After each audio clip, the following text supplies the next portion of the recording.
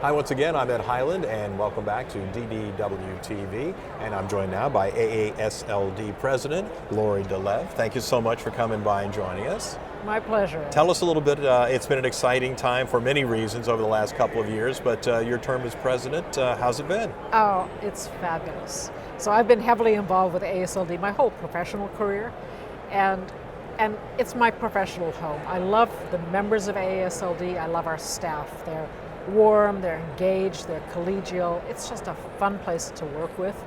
And so now I get to be president and see even more of our members and our staff. Tell us a little bit about what your priorities are as president and the organization's priorities as well. So I think we offer a really strong product, if you want to call it that, in the way of science and education for our members. So we want to keep that going. But in addition, we're adding new things. So one of the big things is DDW. We have completely overhauled that. We had a task force, and it had members of our clinical hepatologists, our APPs, our trainees in there, as well as scientists. And so we've completely overhauled our contribution to the meeting. We've added, for our trainees, we have career options in hepatology. We've added more academic debates, Stump the Expert. For our APPs, they asked for practice skills. And so we're doing FibroScan training, which is a big deal both for our APPs as well as our members. And I think if that's really popular here, which I expect, we're going to be doing that at the liver meeting as well. We have Stump the Expert, which I think will be popular. I want to talk about that in just a second. Happy to do that. Shark Tank, which I think will be very popular, that's coming up. And then we've changed the way we're doing our science presentations. So we've cut our number of presentations down by about a third, and they'll all be in one room. So instead of people doing 3-4 years of science and then getting stuck in a room in the middle of nowhere, it'll all be in one big plenary room. 5 talks per group of session with an introductory talk on the topic, and then basic science, clinical, and translational all in each separate section. So it gives our attendees a chance to hear a variety of topics, but it gives the presenters a chance to really present at a plenary session. So this has resulted in record-setting attendance for us. We have 1,000 people registered. That's great. It is great news, especially coming out of the COVID years, so to speak. Exactly. And it's wonderful to see so many people from so many different places. And it also kind of brings to mind another priority that I know you have been heavily involved in, which is becoming more inclusive as a group. Exactly true.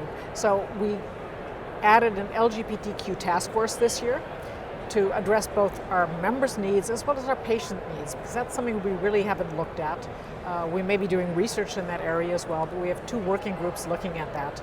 And then for our underrepresented minorities, our Inter-Society Group of Diversity brought to us the AAMS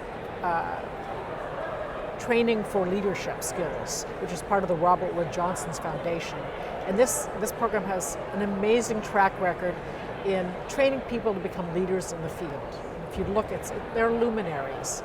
And so it will, not only are you training one person, but you are giving them the opportunity to bring others along once they've hit leadership positions. So we're very excited as AASLD that we will from now on always have an AASLD AAMS fellow. I wanted to talk a little bit about the need and the desire to be a member. Why is it important? You've touched on a couple of points, all the different priorities, but I mean, what about the individual?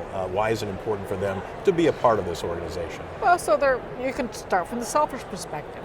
You save money if you're going to go to the meeting. So this gives you a chance to get discounts on going to the meeting, journals, but it also gives you a chance to network as part of the SIGs, the committees. And networking is important. Whether you're in clinical practice or doing research, you want to know your peers. It gives you opportunities in education that you wouldn't otherwise have, and mentoring, being a mentor as well as getting mentoring opportunities. I have so many questions. We have so little time, but I wanted to just get a chance to talk about the academic debates. There's so many aspects of that too, but the academic debates, getting a chance to really talk about research, whatever the subject material would like to be, really on a very personal level. So, I mean, the wonderful thing about academic debates is as I'm sure you've learned, you take a controversial topic and you hear two sides to the argument, and you get to work through what you believe. And it's always very, very popular. We usually have good people doing this.